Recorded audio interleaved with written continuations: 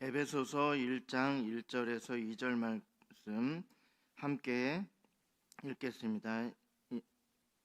1절부터 읽겠습니다. 하나님의 뜻으로 말미암아 그리스도 예수의 사도된 바울은 에베소에 있는 성도들과 그리스도 예수 안에 있는 신실한 자들에게 편지하노니, 하나님 우리 아버지와 주 예수 그리스도로부터 은혜와 평강이 너희에게 있을지어다. 아멘. 오늘은 에베소서 1장 말씀으로 은혜와 평강이 있을지어다 라는 제목으로 말씀을 나누도록 하겠습니다. 에베소서는요, 바울이 에베소 교회에게 보낸 편지입니다. 그러나 단지 에베소 교회에만 해당되는 내용을 담고 있는 것이 아닙니다. 이 당시에는요, 에베소 교회에 이렇게 편지를 했을지라도 그 다른 교회들이 이 편지를 서로 나눠 보면서 그렇게 유익을 얻었는데요. 이것이 에베소 교회의 문제점을 담고 있다고 해서 그 교회에만 해당 교회만을 위해서 편지한 것이라고 생각해서는 안 된다라는 것입니다. 오늘 말씀은요, 오늘날 현대를 살아가고 있는 우리들에게도 너무나도 필요한 하나님의 말씀입니다. 말씀 중에 은혜와 평강에 대해서 언급하는데요, 2절에 보면 이렇게 말씀합니다. 하나님 우리 아버지와 주 예수 그리스도로부터 은혜와 평강이 너희에게 있을지어다. 아멘. 사도 바울은요, 은혜와 평강이 너희에게 있을지어다 라고 이렇게 인사하고 있습니다. 이것은 바울의 인사법이었습니다. 바울 서신들을 보면 이런 문구가 많이 적혀 있습니다. 로마서에 봐도 1장 7절에 로마에서 하나님의 사랑하심을 받고 성도로 부르심을 받은 모든 자에게 하나님 우리 아버지와 주 예수 그리스도로부터 은혜와 평강이 있기를 원하노라. 또 고린도전서 1장 3절에는요, 하나님 우리 아버지와 주 예수 그리스도로부터 은혜와 평강이 있기를 원하노라. 또 빌립보서에는 이렇게 말씀합니다. 1장 2절에요, 하나님 우리 아버지와 주 예수 그리스도로부터 은혜와 평강이 너희에게 있을지어다. 또 골로새서 1장 2절에는요, 골로새에 있는 성도들 곧 그리스도 안에서 신실한 형제들에게 편지하노니 우리 아버지 하나님으로부터 은혜와 평강이 너희에게 있을지어다. 아멘. 왜 바울은 이렇게 인사했을까? 이것을 생각해 보면요, 인사말 안에도 하나님의 놀라운 그러한 뜻이 담겨져 있음을 볼 수 있습니다. 우선 인사말의 공통점을 살펴보면요, 바울의 인사말에는 그 대상이 그리스도인이에요. 하나님을 믿지 않는 자들에게 편지한 것이 아니라 그리스도인임을 알 수 있습니다. 바울은 그리스도인들에게 이런 인사를 하고 있습니다. 은혜와 평강은 그리스도인에게만 해당된 것이고 그들에게만 주어질 수 있다라는 것을 우리는 알 수 있습니다. 바울이 말한 은혜라는 것은 무엇인가? 바울이 말한 그 은혜란 것은요, 전혀 받을 만한 자격이 없는 사람에게 베푸시는 하나님의 호의입니다. 하나님의 선물. 이렇게 값을 치르지 않아도 하나님께서 그렇게 선물로 주신다라는 거예요. 에베소서 1장 7절에는요, 이렇게 말씀합니다. 우리는 그리스도 안에서 그의 은혜의 풍성함을 따라 그의 피로 말미암아 속량 곧 죄사함을 받았느니라. 어떤 우리가 행동을 해야 되고 어떤 값을 치러야 된다 이렇게 얘기하지 않습니다. 하나님의 은혜, 그 풍성한 은혜로 인하여서 우리가 구원을 받았다라는 거예요. 속량 곧 죄사함을 받았다. 이 말은요, 구원을 받았다라는 말과 똑같습니다. 구원은 받았는데 죄사함은 받지 못했습니다. 이런 일은 있을 수가 없습니다. 그렇기 때문에 우리가 이 은혜로 그 값을 치르지 않고 은혜로 받았다라는 것입니다. 전혀 받을 만한 자격이 없는 사람에게 베푸시는 하나님의 호의, 선물. 우리가 그 자격이 있다라고 생각하시는 분들도 있겠지만 그 하나님의 말씀을 살펴보면요, 오늘 말씀도 마찬가지지만 은혜는요, 그 하나님께서 우리가 받을 자격이 없는 자들에게 베푸시는 것이다, 이렇게 말씀하고 있습니다. 하나님께서 베푸신 은혜의 풍성함, 즉 그 피로 말미암아 우리는 죄사함을 받습니다. 이것을 은혜라고 말씀하고 있습니다. 또 평강에 대해서 보면요, 로이드 존스는 이렇게 말합니다. 평강은 단순히 전쟁을 그치는 것을 의미하는 것이 아닙니다. 안식과 평온을 의미하는 것은 사실입니다. 그러나 그 말은 그 이상의 의미를 가지고 있습니다. 이렇게 말합니다. 평강의 근본적인 의미는요, 연합이에요. 그것을 나만 이렇게 이러한 안식과 평온함, 나만 그렇게 받는 것이 아니라 연합이라는 뜻이 있다라는 거예요. 함께 모이는 것이에요. 로마서 1장 28절에는요, 또한 그들이 마음에 하나님 두기를 싫어하며 하나님께서 그들을 그 상실한 마음대로 내버려 두사 합당하지 못한 일을 하게 하셨으니, 아주 무서운 말입니다. 그냥 내버려 두셨다는 거예요. 나쁜 짓을 하고 있는데 하나님께서 그냥 내버려 두시는 거예요. 하나님 앞에 우리는 이런 상태였습니다. 지금도 이런 상태가 되면 안 되고요.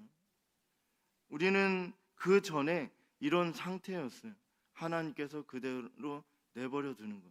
좋은 일을 하고 있는데, 하나님께서 기뻐하시는 일을 하고 있는데 그대로 내버려 두는, 그것이 아니라 하나님께서 진노하실 일을 하고 있는데, 나쁜 일을 하고 있는데 그대로 내버려 뒀다라는 거예요.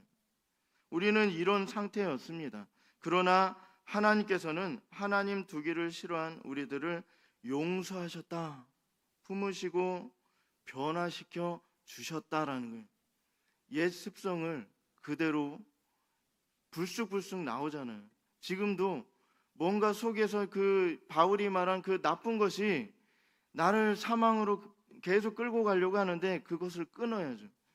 그것이 나오더라도 그것을 끊을 힘을 주셨어요. 우리는 견뎌야 됩니다. 이 하나님 두기를 싫어하는 거예요. 내 마음대로 하고 싶은, 하나님 말씀보다 내 마음이, 내 뜻이, 내 감정과 내 모든 것이 하나님 말씀보다 앞서서 그것을 더 중요시 여기는 그런 것을 끊어야 된다는 거예요. 하나님께서는 우리를 용서하셨다. 은혜는 뭐라고 했어요? 받을 만한 자격이 전혀 없는 사람에게 주시는 거예요. 우리를 예수 그리스도의 피로 구속하셨다라는 거예요. 용서하시고 품으시사 변화시켜 주셨다. 하나님으로부터 끊어져 있던 우리를, 죄로 인해서 끊어져 있던 우리를 이렇게 다시금 하나님께로 가까이 나갈 수 있도록 은혜를 베풀어 주신 거예요. 이렇게 변화된 사람들이 그리스도인입니다. 이것이 평강임을 말씀을 통해 우리는 알게 됩니다. 하나님을 싫어하는 본성을 가진 우리를 하나님께서는 분리시켰어요. 그리고 그 성령으로 연합시켜 주셨다라는 거예요. 그 에베소서 2장 14절에 이렇게 말씀하는데요. 그는 우리의 화평이신지라 둘로 하나를 만드사 원수된 것 곧 중간에 막힌 담을 자기 육체로 허시고. 이 말씀이 평강이에요. 우리는 도저히 우리 힘으로는 다시 하나님께로 나아갈 수가 없었어요. 끊어졌다라는 거예요. 우리 힘으로는 안 돼요. 그러면 어떻게 됩니까? 하나님께서 은혜를 베풀어 주셔야죠. 그리고 예수 그리스도를 통해서 그 피로 말미암아 죄사함을 주시고 구원해 주시고 주님께로 다시 연합되도록, 주님께로 다시 나올 수 있도록 그렇게 해주셨다라는 거예요. 이 일을 성령님께서 하신다라는 거예요. 예수님께서 하신 것을 우리가 한 것처럼 여겨주게 해주시는 그것이, 예수 그리스도와 연합시켜 주시는 것이 성령님이시다라는 거예요. 이 은혜와 평강은 불가분의 관계에 있습니다. 은혜가 있다면 당연히 평강이 있다. 은혜는 있는데 평강이 없습니다 라고 할 수 없고요. 이것은 항상 함께 가요. 평강이 있기 위해서는 은혜가 있어야만 합니다. 결코 떨어질 수 없는 관계에 있습니다. 이것이 그리스도인이 누려야 할 복입니다. 사도 바울은요, 에베소 교인들뿐만 아니라 이 편지를 읽는 모든 그리스도인들에게 이것을 알려주고 싶었습니다. 이 하나님의 은혜, 지금 그 유년부에도 지금 바울의 1차 전도 여행해서 바울과 바나바를, 성령님께서 그 바울과 바나바를 세우셔서 그 다른 나라로 파송해요. 다른 나라로 흩어진 유대인들에게도 이 복음의 진리를 전하는 것 목적도 있지만, 바울은 이방인의 사도로 그렇게 세움을 받았어요. 바울은요, 이 이스라엘 땅, 이 경계를 넘어서서 그 온 나라로 이 복음을 전하기 위해서 바울을 하나님께서 따로 택하여 세우셨다라는 것입니다. 이렇게 우리만 오늘 말씀처럼 에베소 교회에게 편지했으니까 이 말씀은 에베소 교회에만 해당돼 하면 우리에게 전혀 은혜가 되지 않습니다. 이 편지는요, 우리에게도 해당되고 우리에게 있는 그런 문제들도 있다라는 것입니다. 이 은혜는요, 모든 믿음의 원천이 됩니다. 우리의 삶의 원동력이 되는 것이 바로 은혜입니다. 평강은 모든 믿음의 결과입니다. 은혜로 말미암아 믿음의 삶으로 생활한다면 평강을 누리는 것입니다. 그러므로 평강은 삶의 판단의 근거가 돼요. 평강이 있나 없나로 인해 은혜가 있고 없음을 판단할 수 있다는 것입니다. 우리 안에 평강이 있습니까? 하나님께서 우리의 하나님이 되시고 우리 항상 함께 계시고, 하나님은 죄로 인해서, 나의 죄로 인해서 멀리 떨어져 있는 분입니다. 항상 그래 왔었어요가 아니라 하나님께서는 우리의 아버지가 되신, 그러할지라도 은혜 받을 만한 그러한 것이 전혀 없을지라도 하나님께서는 우리에게 은혜를 베풀어 주셨어요. 그리고 값을 치르라 하지 않습니다. 그냥 거저 주시는 거예요. 믿으라는 거예요. 믿으라는 것입니다. 믿으면 돼요. 이 평강 우리에게 있는가라는 거예요. 사도 바울이 매 편지마다 인사말로 하고 있는 은혜와 평강은 이러한 내용을 담고 있습니다. 은혜와 평강이 우리 가운데 가득하기를 소망합니다. 바울과 같이 은혜와 평강이 충만하기를 기도하는 사람들이 되길 원합니다. 믿음을 가지고 하나님의 은혜로 행하며 평강이 넘치는 그러한 은혜가 우리의 삶 가운데 가득하기를 원합니다. 우리만 평강이 넘치고 은혜가 넘치는 게 아니라 다른 사람들에게 축복해 주는 거예요. 그 예수님께서 그러시잖아요. 축복을 빌라. 근데 그 축복을 받을 만한 것이 없으면 그 축복이 우리에게 돌아오는 거예요. 만날 때마다 우리가 저주의 말, 저주의 그 생각을 품는 것이 아니라 사람들을 만날 때마다 축복해 주는 거예요.